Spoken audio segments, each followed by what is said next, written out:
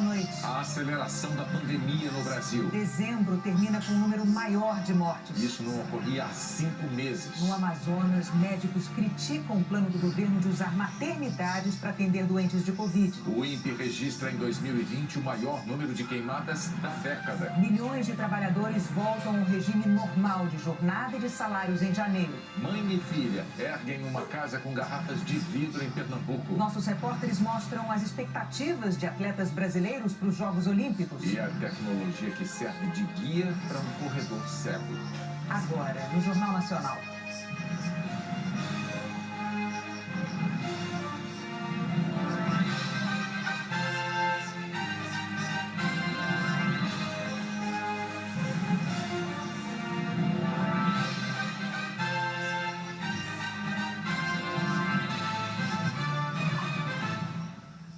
O governo do Amazonas está preparando alas de maternidades para atender mulheres com Covid. O Sindicato dos Médicos é contra. Esta maternidade já está sendo preparada para receber preferencialmente grávidas e mães em pós-parto com Covid. Mas caso o governo necessite, vai encaminhar também para cá outras mulheres com a doença. Segundo a Secretaria de Saúde do Amazonas, hoje 55% dos atendimentos motivados pela Covid são de mulheres. Desde março, uma maternidade de Manaus é usada como referência para atender mulheres grávidas e com necessidades obstétricas com Covid. Agora, esta aqui vai dispor de 46 leitos clínicos e 13 UTIs para pacientes com a doença. A Secretaria de Saúde informou que vai trabalhar na contratação de profissionais para atender a ala já na próxima semana e que outras 6 maternidades estaduais vão receber camas, materiais e insumos para possíveis necessidades de atendimento Covid. O governo vem reconfigurando a rede de saúde para enfrentar a pandemia. Nos últimos 2 meses, ampliou a rede de atendimento de 457 para 962 leitos exclusivos para atendimento Covid em Manaus. Mas a distribuição de infectados por várias unidades e a previsão de atendimento em maternidades preocupam. O Sindicato dos Médicos diz que a proposta do governo aumenta o risco para as grávidas. Aí vai botar paciente de Covid dentro de uma maternidade, que a grávida já é uma paciente de alto risco. Isso é absurdo estar abrindo porta de entrada de Covid em tudo quanto é unidade de saúde. Em vez de colocar a doença em 2 lugares, né, de forma referenciada, está espalhando a doença dentro da capital e do estado, né, contaminando outras pessoas e contaminando os profissionais de saúde também. Tem que abrir o hospital de campanha. Gessen Orelhana, epidemiologista da Fiocruz, também fala que o plano traz maior risco de contaminação em ambientes de hospital. Embora o governo e as autoridades sanitárias afirmem, né, que adotaram algumas precauções, alguns procedimentos, alguns protocolos, nós sabemos que na prática isso não evita as infecções nosocomiais, as infecções cruzadas aí entre os diferentes pacientes, entre os diferentes profissionais e alas dos hospitais. O secretário de Saúde do Amazonas diz que precisa salvar vidas e explica como vai funcionar. Nós já temos experiência na maternidade Ana Braga, que é referência Covid, que desde março e abril vem trabalhando com pacientes de forma segura, sem contaminação de outros profissionais, sem contaminação de outros pacientes ou acompanhantes que estão naquelas unidades. Todo um protocolo segregado está sendo construído, com andares ou unidades específicas para o atendimento Covid, né, nessas redes de maternidade. Então, o nosso objetivo aqui é salvar vidas, o máximo de vidas possível. O governo do estado e a prefeitura de Manaus ainda avaliam a reabertura do hospital de campanha. Unidades básicas de saúde e serviços de pronto atendimento também estão atendendo casos. Enquanto isso, a procura pelos hospitais é grande. Bruno contou que desde a madrugada tentava atendimento para a irmã, que estava com dores e falta de ar. Passou por 3 unidades. Na tenda de triagem do Hospital 28 de Agosto, que tinha muita gente, a irmã dele foi receitada e dispensada para casa. Mas ela não fez teste para Covid, sendo que ela cuidou de mim e da minha esposa, que nós dois tivemos Covid há 2 semanas atrás. E a minha indignação maior é porque se uma pessoa procura socorro de madrugada é porque ela precisa. Agora há pouco, a pedido do Ministério Público, o juiz Leonei Arraquian suspendeu por 15 dias no Amazonas as atividades de estabelecimentos não essenciais. Só podem funcionar farmácias, supermercados e padarias, por exemplo. Em Campo Grande, faltam leitos de UTI para pacientes de Covid. As festas de 2019 foram em Búzios com a esposa. A irmã dele lembra que depois de conseguir o transplante de rim, Júnior só queria viajar e aproveitar a liberdade sem hemodiálise. Mas depois de mais de um mês lutando contra a Covid-19, morreu no penúltimo dia de 2020. Júnior tinha 41 anos. Ele soube aproveitar muito bem esses últimos 2 anos dele. Ele foi uma pessoa muito feliz. Então isso que ainda nos conforta um pouquinho mais. Dezembro registrou recorde de mortes em Mato Grosso do Sul, 560, o maior número desde o início da pandemia. O ano mal começou e já foram registradas mais 36. A taxa de ocupação dos leitos de UTI exclusivos para a Covid no estado está em quase 90%, enquanto que na capital, Campo Grande, as UTIs exclusivas lotaram e já tem paciente ocupando vagas de outras UTIs. Nós continuamos a enfrentar uma situação crítica no sistema de saúde. Nós temos hospitais lotados, pessoas esperando vaga em hospitais, CTIs lotados, equipes de saúde exaustas de tanto trabalhar. E é triste perceber que esses números não diminuem. Até agora, já foram confirmados 135.361 casos e 2.360 mortes. O governo de Mato Grosso do Sul diz que não consegue aumentar o número de leitos, porque faltam profissionais. São 403 UTIs Covid no estado e 219 na capital. Para conter o avanço da pandemia, prorrogou o toque de recolher até o dia 9. Das 10 da noite às 5 da manhã, a circulação de pessoas está proibida, exceto para emergências médicas e para serviços essenciais. Mas apesar da proibição, as aglomerações continuam. Essa festa clandestina só terminou depois da chegada da polícia. Em São Paulo, a pandemia mudou as estatísticas de óbitos e superou as causas de mortes mais comuns. Desde que foi inaugurada, esse hospital municipal na Brasilândia, zona norte de São Paulo, só atende pacientes de Covid. Na entrada, o aviso: aqui só entra quem vier de ambulância. Mesmo assim, o Joel tentou. Ele disse que foi orientado pelo posto de saúde a procurar o hospital, depois do resultado positivo para a doença, num teste rápido. Já na portaria, o segurança informou que ele não pode entrar. Um pouco de dor no peito, mas tranquilo. O sogro do João foi internado há uma semana numa UPA em Itaquera, na Zona Leste, a 30 quilômetros de distância, depois trazido para cá. A família até agora não sabe se ele está mesmo com Covid.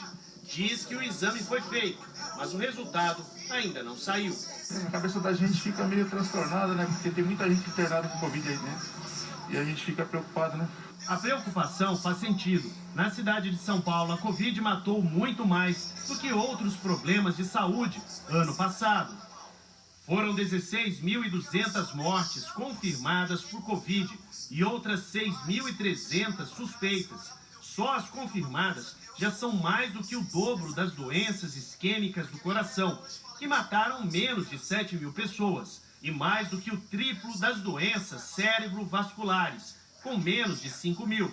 Outros números preocupam. Só nos 2 últimos dias do ano, o estado de São Paulo registrou o maior número de pacientes internados com Covid desde agosto, 3.155 pessoas. Outra preocupação é a presença aqui no Brasil da variante do coronavírus, detectada primeiro no Reino Unido. O laboratório DASA declarou ter encontrado amostras dessa linhagem mais contagiosa em 2 pessoas. A análise foi feita em parceria com a Faculdade de Medicina da USP, mas ainda precisa ser confirmada pelo Instituto Adolfo Lutz, o laboratório oficial do governo paulista. O Adolfo Lutz declarou hoje que as análises preliminares ainda não permitiram confirmar que o vírus pertence à linhagem B117. Solicitou ao laboratório DASA uma quantidade maior de material genético e prevê que o resultado saia até segunda-feira. Esta variante do coronavírus já foi registrada em pelo menos 17 países. Ela é uma variante que tem um índice de transmissão maior do que as outras variantes, mas, por outro lado, ela também tem menor gravidade. A estratégia não muda de usar proteção, principalmente com uso de máscaras e higienização. Para aumentar o isolamento e tentar conter a transmissão do vírus, o governo paulista decretou que só os serviços essenciais funcionem. A medida está valendo desde ontem e segue até amanhã, domingo. Mas muitas cidades descumpriram a determinação. Os 9 municípios da Baixada Santista liberaram o comércio e o acesso às praias. O governo diz que está entrando com medidas judiciais contra essas prefeituras. A esteticista Elaine critica as aglomerações de fim de ano e a falta de medidas de proteção. A mãe dela teve alta hoje no Hospital da Brasilândia. Dona Neuza tem 70 anos e ficou 5 dias internada com Covid. É muita irresponsabilidade. Ela podia não voltar mais. O seu Joel, que estava com sintomas de Covid, foi internado num pronto-socorro da região. Fábio Turci traz agora os números atualizados do consórcio de órgãos de imprensa. Boa noite, Fábio. Boa noite, Renata, Bonner, boa noite para todos. De ontem para hoje, o Brasil registrou 301 mortes. Esse número é bem mais baixo do que os registrados nos últimos dias dessa semana, quando tivemos mais de 1.000 mortes por dia. Isso pode ser resultado do esquema de plantão de ano novo nos serviços de saúde, né? Os registros costumam diminuir em feriados. O total de mortes chegou hoje a 195.742. Nas últimas 24 horas foram confirmados 15.957 novos casos da doença. O total é de 7.714.819. Hoje, na média, o Brasil registra 35.743 novos casos por dia. É 25% a menos na comparação com a média de 2 semanas atrás. Isso representa queda na média de casos. Já a média de mortes está em 704 por dia, 8% a menos quando a gente compara com a média de 14 dias atrás. Essa diferença é considerada estabilidade. Agora vamos mostrar um gráfico com as mortes por Covid-19 no Brasil, mês a mês, desde o começo da pandemia. E o que ele mostra é preocupante. É só acompanhar aqui a trajetória do gráfico. As mortes por mês vão aumentando aqui no começo da pandemia até atingirem o pico no meio de 2020. E aí o número começa a cair, né? Mas percebam o que aconteceu em dezembro. A trajetória das mortes mudou e voltou a subir. Foi a primeira vez desde julho que a quantidade de mortes num mês foi maior do que a registrada no mês anterior. O importante agora é que a gente mantenha as medidas de prevenção para que esse gráfico volte para a trajetória de queda.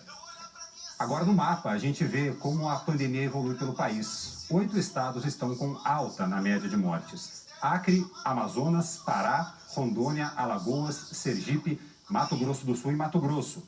Os maiores aumentos foram registrados no Amazonas, 81%, e em Rondônia, 46%.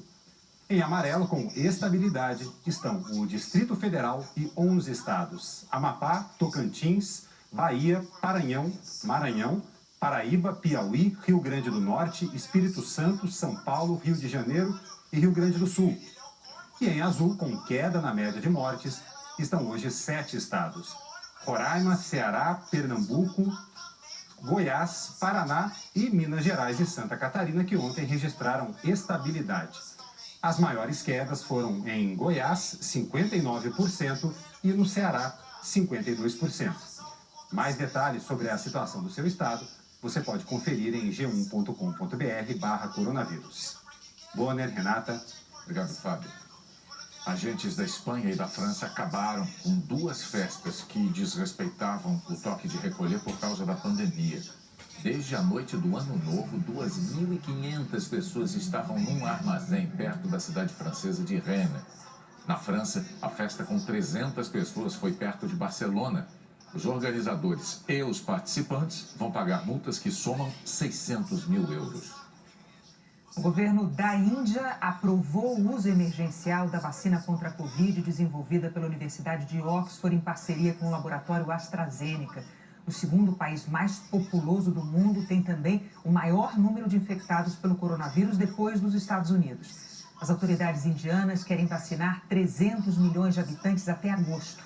Neste momento, mais de 40 países já estão imunizando suas populações com vacinas da parceria Pfizer-BioNTech, da farmacêutica americana Moderna, com a russa Sputnik e com as chinesas Sinovac e Sinopharm. Na Inglaterra, uma brasileira tomou hoje a segunda dose da vacina. A Kerlane Jackman está no grupo prioritário porque ela é cuidadora de idosos.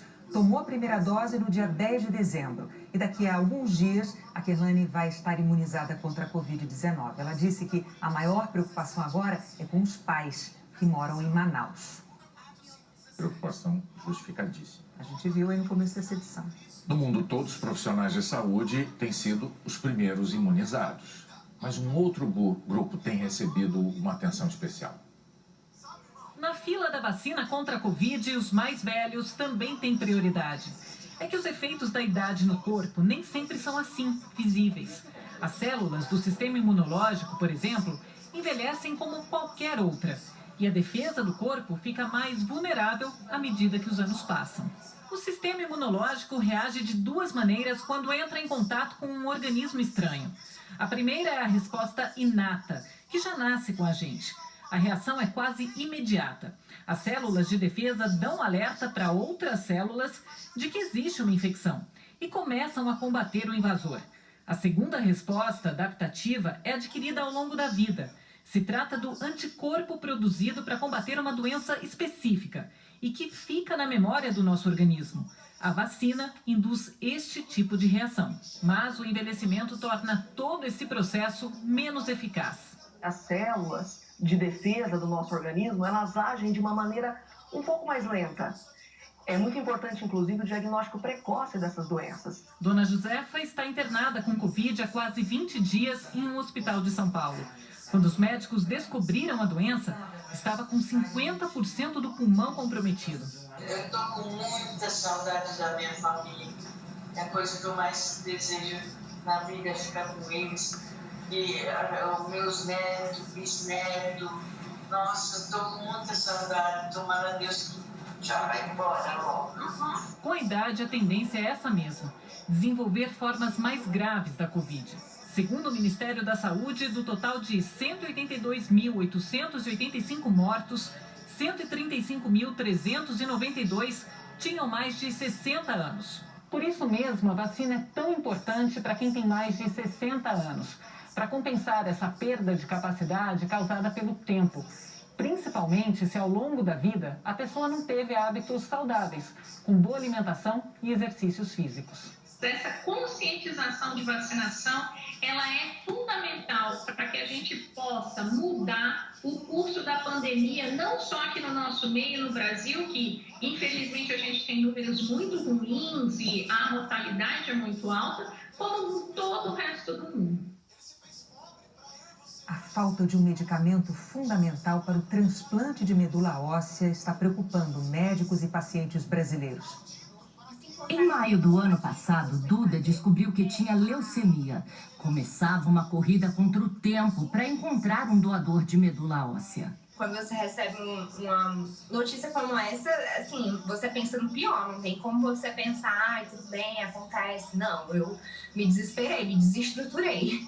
A angústia terminou em outubro. Os médicos encontraram uma doadora estrangeira com a medula 100% compatível. Essa doadora, ela não me salvou apenas, ela salvou a minha família inteira. Ela salvou a minha mãe de não precisar enterrar uma filha, ela salvou o meu pai de me ver crescer, ela salvou toda uma família. Na maioria dos casos, antes de fazer o transplante de medula óssea, o paciente precisa tomar um remédio chamado busulfano. Ele é essencial para o transplante dar certo.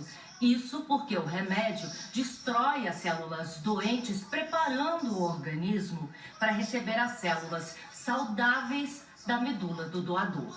O laboratório francês Pierre Fabre, o único que comercializa esse produto no Brasil, anunciou em novembro que vai parar a distribuição, porque a fábrica, a única aprovada pela Anvisa, encerrou as atividades.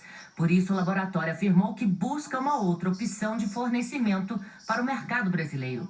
A Associação Brasileira de Linfoma e Leucemia alertou para o prejuízo no tratamento caso a distribuição seja interrompida. Imagina você passar 4 anos na fila buscando um doador e no momento que você encontra esse doador, não tem um medicamento disponível para você fazer o tratamento. A Anvisa disse que por causa da importância do medicamento, estuda ações e medidas que possam favorecer o acesso a produtos similares. O Ministério da Saúde diz que não foi notificado da decisão e declarou que o Instituto Nacional do Câncer, o INCA, tem estoques de busulfano para apenas mais 3 meses. Em 2019, foram realizados no Brasil 3.805 transplantes de medula em adultos, 534 em crianças.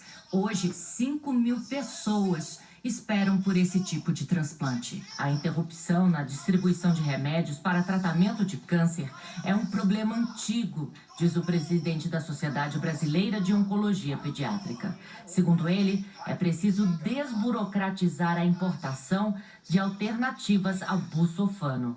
O problema é que o desabastecimento de medicamentos contra câncer, ele é um problema contínuo que tem quase uma década. São drogas baratas que acabam desaparecendo no mercado nacional e a gente não consegue importar ou tem muita dificuldade para importar. Se eu estou aqui hoje foi porque eu tomei essa medicação, precisei dessa medicação e é desesperador porque você tem um doador, que é algo tão difícil de conseguir, um doador compatível. E aí você não tem a medicação, é como eu digo, eles estão tirando o direito à vida dos pacientes.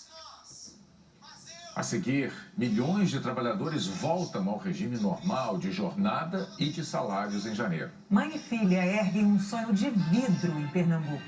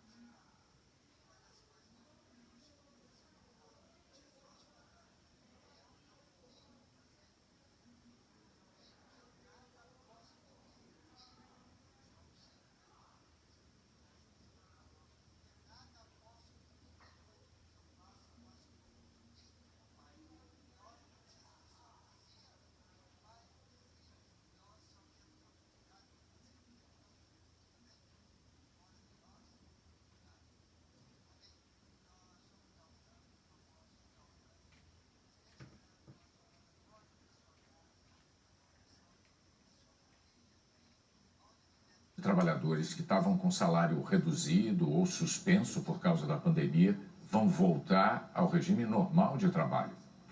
Só no Distrito Federal, o programa beneficiou 27 mil empresas que suspenderam os contratos ou reduziram salários de mais de 159 mil trabalhadores. O BEM, Benefício Emergencial para a Preservação do Emprego e da Renda, foi criado em abril por causa da pandemia e prorrogado 2 vezes, mas acabou no último dia de 2020. Segundo o Ministério da Economia, o programa preservou o emprego e a renda de cerca de 10 milhões de trabalhadores e de 1,5 milhão de empresas. Foram 20 milhões de acordos, quase 9 milhões de suspensões temporárias e 11 milhões de reduções de salário. A opção mais usada foi a de corte de 70% da remuneração. Os setores que mais optaram pelo benefício foram os de serviços, comércio e indústria. Os trabalhadores que tiveram salário reduzido receberam uma complementação do governo federal, um percentual do que receberiam se tivessem pedido o seguro-desemprego. A partir desta segunda, primeiro dia útil de 2021, voltam a valer os contratos de trabalho que existiam antes da pandemia, jornada normal. E nesse primeiro momento, os trabalhadores terão garantia de emprego pelo mesmo período que tiveram salários reduzidos ou contratos suspensos. Se, por exemplo, foram 6 meses, 6 meses de estabilidade. Se 2, apenas 2. Demissão, nesses casos, vai sair cara, porque pelo acordo, além dos custos normais, a empresa terá que devolver tudo que o Estado gastou para sustentar esse emprego durante a pandemia.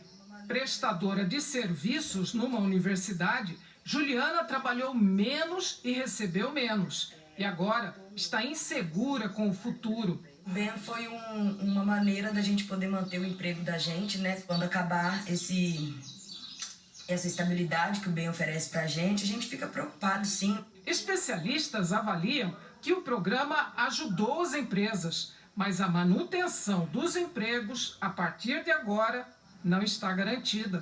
A depender da evolução da pandemia, se o nível de atividade não melhorar, né, realmente o que a gente vai ter é um impacto, infelizmente, né, sobre o desemprego, vai gerar um maior desemprego mais para frente, mais alguns meses para frente, porque nesses primeiros meses os trabalhadores têm esse direito à estabilidade. O que ele fez em março e abril, ele vai ter que repetir agora, senão isso é o fim, não é? A vacina é fundamental, não só porque ela protege as pessoas contra a doença, como ela injeta otimismo nos investidores, nos negociantes, no comércio, na indústria e em todos os cidadãos, nos consumidores.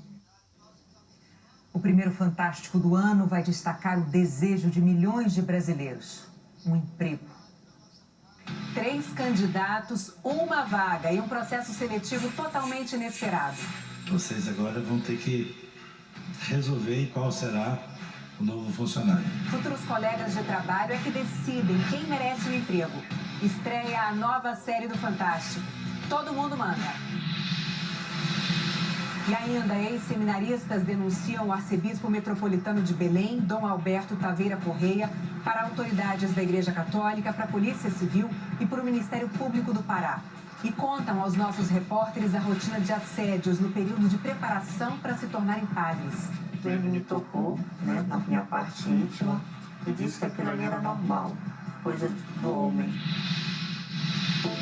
Nossa reportagem especial investiga as apostas da ciência contra a depressão. O futuro pode estar na associação da consagrada psicoterapia com drogas que já foram proibidas em pesquisa, um movimento chamado de renascença psicodélica. De onde veio o dinheiro para bancar tanta mordomia? Você vai ver a prisão de uma quadrilha acusada de lavar dinheiro e movimentar ilegalmente até 800 milhões de reais. Que preço nós vamos pagar por essas festas de fim de ano em plena pandemia? E para celebrar as boas notícias, esse agricultor se curou da Covid e atendeu a um baita apelo do filho. É esperança, é fantástico, é amanhã depois do Faustão, nosso domingo juntos. O Senado americano derrubou um veto do presidente Donald Trump pela primeira vez. O Trump tinha vetado um projeto de orçamento para a defesa aprovado pela Câmara dos Deputados, em que o partido de oposição, o democrata, tem maioria. No Senado, a maioria é republicana, o partido de Trump. E mesmo assim, a derrubada do veto recebeu 81 votos a favor e só 13 contra. 3 pessoas morreram hoje à tarde arrastadas numa cabeça d'água entre os municípios de São José da Barra e Capitólio, em Minas Gerais. Outras 13 tiveram que ser resgatadas. A cabeça d'água é um fenômeno provocado pelo aumento repentino do nível de um rio, um lago, uma cachoeira, por causa das chuvas em locais próximos. Desde ontem chove muito forte na região sudeste. Em Belo Horizonte, a cobertura de um mercado caiu quando não havia ninguém no local, por sorte. Em alguns bairros e no município de Contagem, choveu granizo. Na cidade de Nova Era, o vento arrancou o telhado de um imóvel. Também não houve feridos. No Rio de Janeiro, a chuva provocou alagamentos em vários bairros. Na favela da Rocinha, a correnteza arrastou um motociclista no meio da rua. Ele foi resgatado e está bem. Vamos ver como é que fica o tempo amanhã. A Eliana Marques conta pra gente. Oi, Eliana, boa noite. Boa noite para você, Renata, para o Bonner, e boa noite a todos. Amanhã os temporais vão se concentrar principalmente em Minas Gerais e mais para o centro-sul do estado. Na região de Varginha, são esperados 30 milímetros de chuva. Em Barbacena, 50 e em Juiz de Fora, 60 milímetros. Em Belo Horizonte, a chuva também pode acumular 60 milímetros e já choveu um tanto desse de ontem para cá. Só para lembrar, janeiro do ano passado foi muito chuvoso em Belo Horizonte. Choveu praticamente a metade do normal para 2020 todo. E janeiro de 2021 vai ser chuvoso assim? Os meteorologistas dizem que chuva nesse patamar excepcional não, mas que este mês deve sim ter chuva acima da média em Belo Horizonte. E amanhã, Rio de Janeiro terá menos chuva que hoje, mas ainda com bom volume e considerando que o solo está encharcado e os rios cheios, é um risco. E Vitória, Goiânia, Manaus e Teresina também tem previsão de bastante chuva, Renata. Nas outras áreas? Olha, no Rio Grande do Sul continua sem chuva, no centro-oeste de Santa Catarina também. O tempo volta a ficar firme entre o norte do Paraná, o sul de Mato Grosso do Sul e o oeste de São Paulo, enquanto no nordeste a área com sol diminui um pouco. Vai do sul do Ceará até o norte da Bahia. Salvador, Aracaju, Maceió e Porto Alegre terão sol e calor. Já São Paulo fica mais fria. A chuva vai ser pouca, mas vai ser um dia de muitas nuvens. E a partir de segunda teremos calor e pancadas de chuva de verão na maior parte do Brasil. Em São Paulo também volta a esquentar e a chuva pode ser forte no fim da tarde. A mesma coisa no Rio. Em Curitiba, mínimas de 14 graus na segunda, de 15 na terça, depois volta a esquentar também. E na segunda, volta o racionamento de água em Curitiba. Foi interrompido na virada do ano. Falando agora dos reservatórios que geram energia, a maioria está com nível baixo. Mas neste mês a chuva deve voltar com força do norte do Rio Grande do Sul até o centro-sul de Minas Gerais, também em Mato Grosso do Sul e em grande parte da região norte. Aí já deve começar a encher um pouco parte desses reservatórios, Renata. Boa noite. Que show onde precisa. Boa noite, bom domingo para você, Eliana. Bom domingo para vocês também. O Instituto Nacional de Pesquisas Espaciais apurou que em 2020 o Brasil teve o maior número de queimadas em uma década. Mais de 220 mil focos, quase metade na Amazônia. Em relação a 2019, isso foi um aumento de 12%. Agora, especificamente no Pantanal, esse aumento chegou a 120%. Faz pouco mais de um mês, 2 embarcações afundaram na Baía de Todos os Santos, na costa baiana. Foi uma operação proposital, toda controlada e com objetivo nobre. Não precisou muito tempo para eles se sentirem em casa. São vários cardumes de sardinhas e pequenos peixes passando tranquilamente pelas embarcações. Uma surpresa até para os mergulhadores. Nem eles esperavam uma ocupação tão rápida. Pouco mais de 30 dias depois do afundamento de 2 grandes embarcações, o ferryboat Agenor Gordilho e o rebocador Vega. A quantidade de vida que você já identifica ao redor do naufrágio é impressionante. Você já percebe a criação de algumas algas, algumas esponjas na estrutura do navio, e a tendência é que essas algas acabem atraindo animais de pequeno porte. Esses animais de pequeno porte acabam atraindo animais de médio e de médio animais de grande porte. A chegada rápida desses milhares de peixinhos ainda vem sendo estudada, mas pesquisadores acreditam que a localização pode ser uma explicação. Como está numa área de bastante correnteza, os dois, principalmente o agenogordilho, ele acaba recebendo bastante plâncton, né, nas variações de maré, que acaba se concentrando em volta dele. E isso atrai os peixes que se alimentam do plâncton, né, que são os peixes de cardume. E a nova morada no fundo do mar já está favorecendo também o turismo náutico. Fantástico também é a facilidade que você tem de acessar esses pontos, que eu acho que é única no Brasil todo, né? Em 10 minutos a gente está no local, mergulha, volta, daqui a pouco está todo mundo no trabalho, em casa, tranquilo. É show. É justamente por estar dentro de uma área urbana, a 15 minutos de navegação da cidade, que o cuidado agora é para que o local não passe a ser alvo de pesca e prejudique este ambiente que está começando a se formar. Se tudo der certo, a expectativa dos mergulhadores é de que, em um ano, as duas embarcações se tornem um verdadeiro oásis marinho. É que para ter equilíbrio e mais concentração de peixes, esponjas e corais, é preciso ter mais tempo e menos ação do homem. A pesca influencia porque os peixes-alvos dela são justamente os que têm menos quantidade, os mais raros, né, nos recifes e os mais importantes para controlar o recife. Eles não existindo, essa dinâmica vai ser totalmente diferente do que deveria ser. É esperança de vida nova nas águas claras e quentes da Baía de Todos os Santos. Duas mulheres, mãe e filha, levaram 6 meses para realizar um sonho na ilha de Itamaracá, no litoral de Pernambuco. Em plena pandemia, 8 horas por dia de muito trabalho e descobertas. Foi um momento de muita troca, sabe? Que a gente colocou toda a nossa disposição nisso, assim. Porque foi logo do início da pandemia e a gente precisava fazer isso acontecer. Há 2 anos, Edna e Gabriele saíram de Curitiba para morar na Praia do Sossego, que fica na ilha de Itamaracá, região metropolitana do Recife. Edna trabalhou por mais de 18 anos numa cooperativa de materiais recicláveis. Experiência que a fez enxergar nas garrafas de vidro descartadas o potencial para transformar o que era lixo em lar. Junto com a filha, ela recolheu mais de 5.000 garrafas de vidro nas ruas e mangues de Itamaracá. A garrafa de vidro, você joga ali no solo, ela é infinita, ela não se decompõe. E a necessidade de ter uma residência, de estar morando em Itamaracá, ter esse problema forte com o lixo aqui. A gente tentando resolver esse problema do lixo, surgiu a ideia de construir minha casa de garrafa, para dialogar com a sociedade que isso não é lixo. A casa começou a ser construída em maio. Edna e Gabriele, mãe e filha, não tinham nenhuma experiência com construção, então elas foram descobrindo juntas a levantar cada parede. E assim, com 4.298 garrafas de vidro, elas transformaram o que parecia lixo em lar.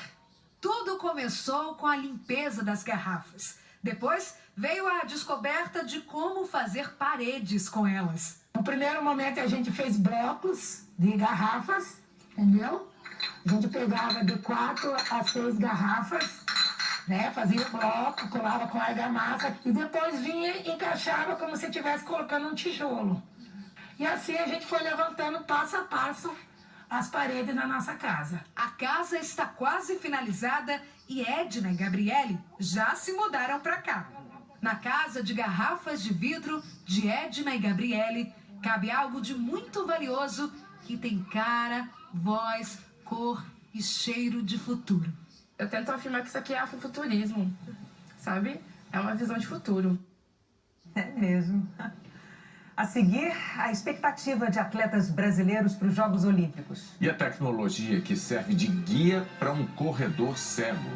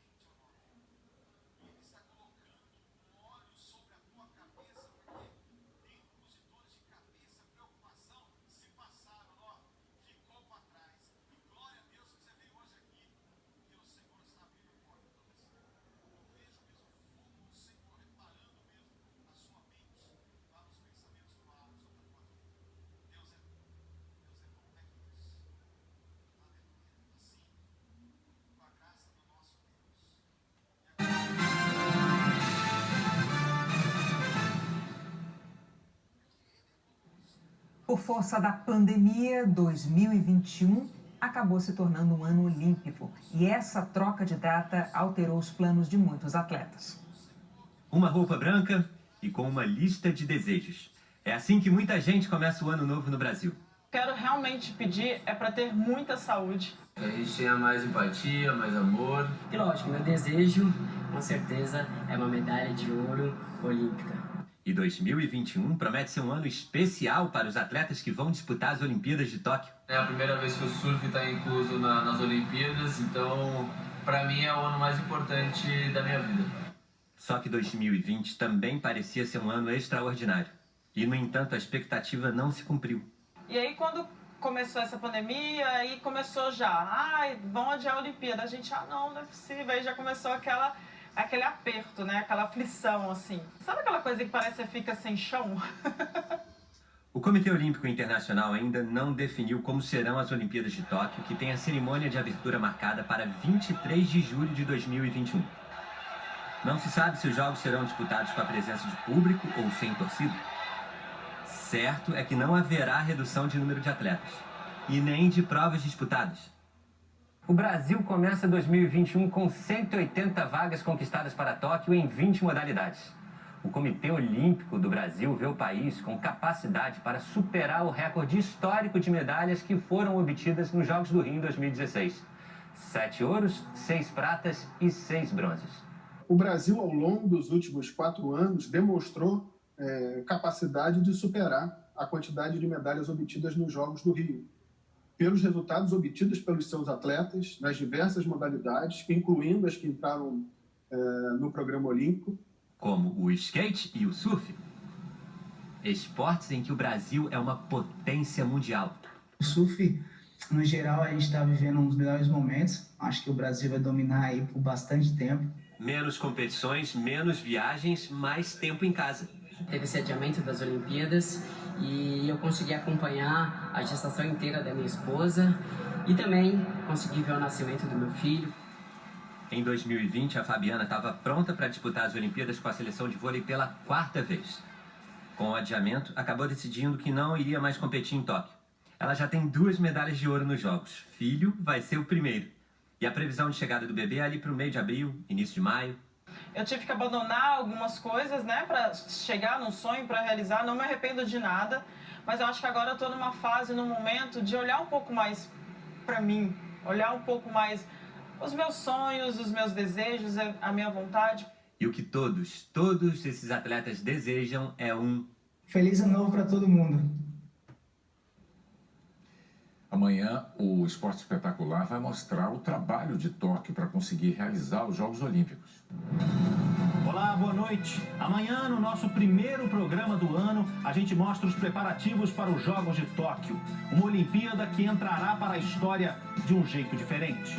Hoje, naturalmente, a Vila Olímpica está fechada, portões trancados, o acesso é proibido, mas esse cenário pode não ser muito diferente durante os Jogos. E um retrato da delegação brasileira que estará no Japão. A cobertura da final da Copa do Brasil, com os personagens da grande decisão. Rony! #nunca critiquei! E Marinho é o convidado do Casão FC. Eu sou um cara, Casão, que muita gente me tirava muito como Manny. Hoje eu tô mais maduro pro treinador da seleção, como o Tite, olhar pra mim e falar assim, hoje eu posso levar. É amanhã, depois do Auto Esporte. A gente se vê. Para quem pratica esporte regularmente, esse hábito é absolutamente fundamental. E não precisa ser um atleta profissional, não. Essa ligação não se desfaz nem quando fatores externos tornam as coisas mais difíceis. Correr. Muita gente gosta porque não envolve complicação. Um passo depois do outro, no ritmo que o corpo aguenta e na direção que os olhos veem. Mas se o que está à frente perde nitidez, brilho, contraste, foco, aí tudo muda de figura. Correr na escuridão beira o impossível, algo que Thomas Panek conhece bem. Ele tem retinite pigmentosa, uma doença genética que leva à perda gradual de visão. No final da adolescência, eu fui disputar uma maratona quando já estava com a visão muito comprometida e acabei colidindo com um poste. Ali decidi que não dava mais, conta Thomas, que hoje, aos 50 anos, é cego. Ele passou a disputar provas sendo guiado por outros atletas. Só que isso, claro, lhe custou a liberdade. Thomas chegou a treinar esse simpático labrador, o Blake, para guiá-lo nas corridas. Só que o cachorro não suporta o ritmo de atleta por muito tempo. Thomas percebeu aí que precisava de outro tipo de ajuda, da tecnologia. Ele veio a uma conferência em Nova York e então desafiou cientistas a criarem uma inovação para que cegos como ele pudessem correr sozinhos. Após um ano de desenvolvimento, o desejo tomou forma. E não foi de uma geringonça complicada, basta um celular com câmera e um fone de ouvido. Um time de especialistas de uma empresa de tecnologia criou um sistema capaz de identificar uma rota com precisão, como, por exemplo, uma faixa pintada no chão. O celular, preso na cintura, vai captando as imagens e, com base nessa localização, sinais sonoros são emitidos direto para os fones de ouvido do corredor, orientando o caminho. Nós, basicamente, ensinamos a máquina a reconhecer essa linha e conseguimos adaptar isso para algo simples, como um telefone, ampliando as possibilidades de acesso, diz Xuan Yang, que ajudou a desenvolver a tecnologia. O grande teste ocorreu no mês passado. 5 quilômetros de corrida sem auxílio externo, no Central Park. Só Thomas, uma linha no chão e uma voz salvadora nos ouvidos. Eu posso ouvir a linha. Se me afasto para cá, por exemplo, ela me pede para voltar. É como se fosse um túnel de som, explica o corredor. Ele conseguiu. Teve até a linha de chegada, medalha. Mas essa prova ainda não acabou. O produto não está disponível no mercado. Precisa de ajustes, de mais testes. E Thomas vai seguir nessa missão de lapidá-lo com os técnicos, para que em 2021 mais gente possa sentir o que ele experimentou.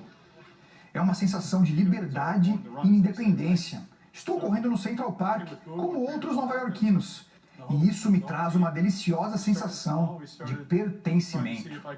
Traz também esperança, no momento em que precisamos tanto dela. Os pequenos passos de Thomas podem significar um grande salto no futuro. O Jornal Nacional está terminando aqui. Uma boa noite. Boa noite, bom domingo.